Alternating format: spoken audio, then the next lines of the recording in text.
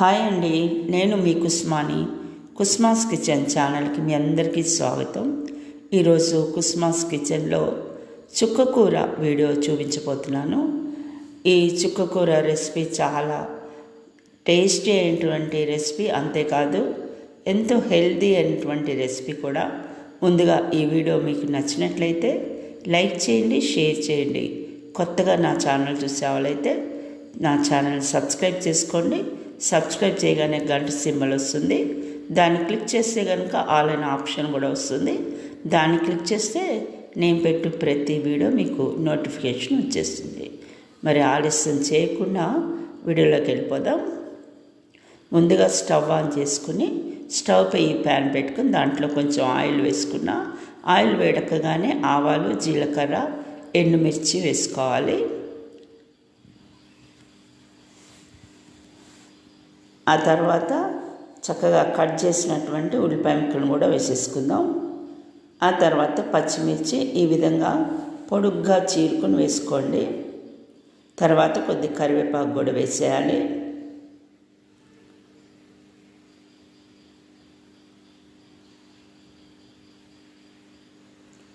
తర్వాత కొంచెం వెల్లుల్లిపాయ రెమ్మలు కూడా చితగొట్టుకుని వేసుకోండి.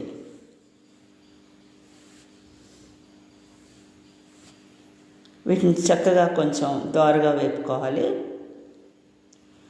ఆ తర్వాత కొంచెం పసుపు కూడా వేసేయండి.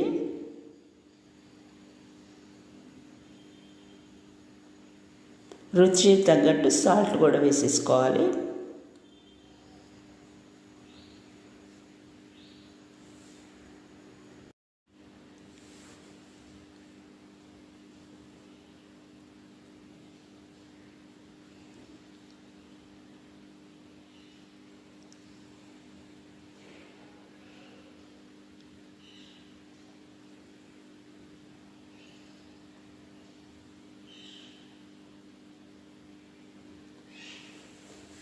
ఇప్పుడు ముందుగానే చక్కగా తరిగి కడిగి ఉంచుకున్నటువంటి చుక్కకూరను కూడా వేసేద్దాం.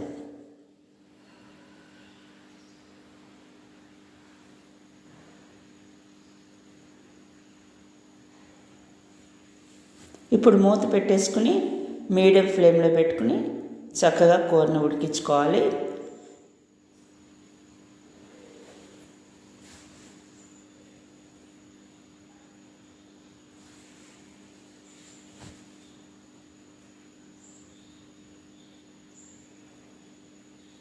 ఇప్పుడు కొంచెం కారం కూడా వేసేద్దాం.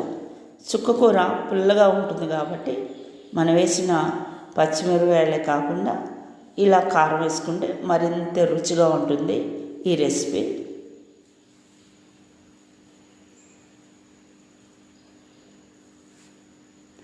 మూత తీసి చూద్దాం. చూడండి, చక్కగా ఆకుకూర అంతా కూడా ఉడికిపోయింది. చూశారు కదా ఫ్రెండ్స్, ఇలా చేసుకుంటే చుక్కకూర చాలా టేస్టీగా ఉంటుంది. రైస్లోనే కాదు, ఇది ముఖ్యంగా చపాతీలోకి, పుల్కాల్లోకి చాలా చాలా బాగుంటుంది. అంతేకాదు ఆకుకూరలు అనేది మనకి ఎప్పుడు కూడా మంచి హెల్తీ అన్నమాట. ఏదో ఒక విధంగా మనం రోజు ఆకుకూర తీసుకుంటూ ఉంటే చాలా మంచిది. ఫ్రెండ్స్, మరి మీకు నచ్చిందా? నేను చేసినటువంటి ఈ రెసిపీ నచ్చినట్లయితే మీరు కూడా ఒకసారి ట్రై చేయండి. టేస్ట్ ఎలా వచ్చిందో కామెంట్ బాక్స్లో తెలియపరచండి. మరి ఒకసారి కొత్త వీడియోతో మళ్ళీ కలుద్దాం.